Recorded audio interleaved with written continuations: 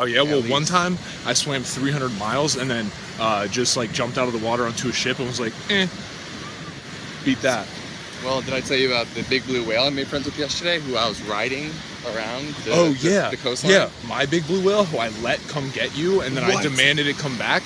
Yeah, that you played no part in. No way. Yeah, it's my super mammal. You know Daryl, the big blue whale? He's mine, yeah, super mutant. You own huge. him? Fuck yeah, I own him. I thought he was just a guy who helped people. No. Wait, dude, are we thinking of the right Daryl? We have the wrong Daryl.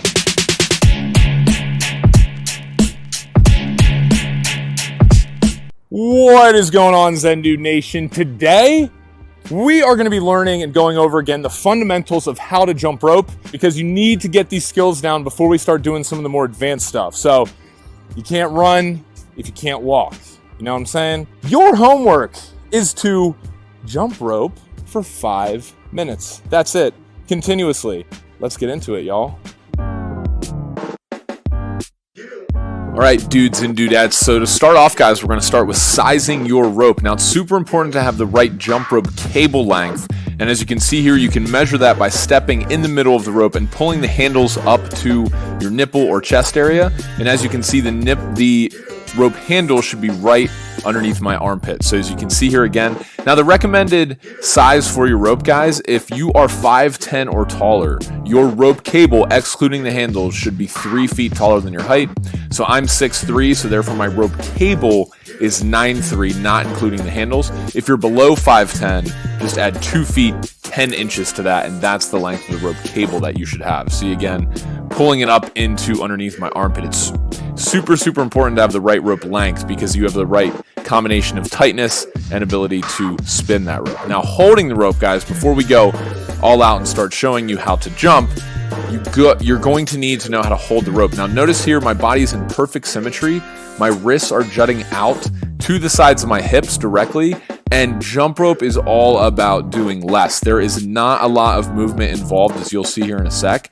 But in terms of holding the rope, you don't want to be too high up. You don't want to have your wrist down too far, because you want to spin the rope so that it clears your head with the same amount of inches or centimeters that it clears your feet. So you want to be right in the middle of that spin.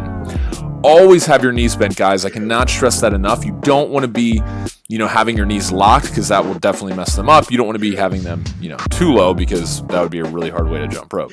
Anyway, next up, guys, we have get up on your toes. Okay, so with bending the knees, guys, you want to make sure that you're up on the balls of your feet, on your toes the entire time you're jumping. You never want to be flat-footed, okay? And as you can see here, I'm jumping and I'm on my toes the entire time, and my feet are not coming any more than at the most 2 inches off the ground for regular bounce. So somewhere in the range of 1 to 2 inches is all that. And as you can see, I start going faster, and it requires that I actually jump lower to the ground. So now, putting it all together, guys, spinning the rope, check out my body movements here. As you can see, jumping rope is all about doing less.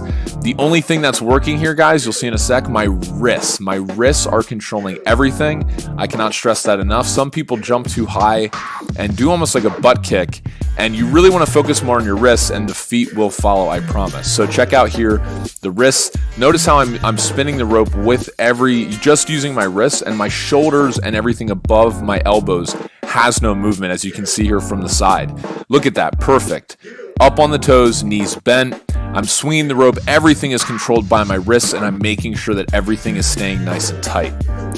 So go ahead, guys. Trust me, I was not, and Brandon was not that good when we first started, and that's totally fine. I know I say this in every video, but it just takes some practice. So next, what I want to talk to you guys about is how can you just start doing this? What I'd recommend is that you guys start practicing 3 to 5 minutes a day to just get the fundamentals down of this regular bounce, because this, from here, if you can spin the rope fast, you can not only get an awesome body, but you can do more tricks and make it challenging.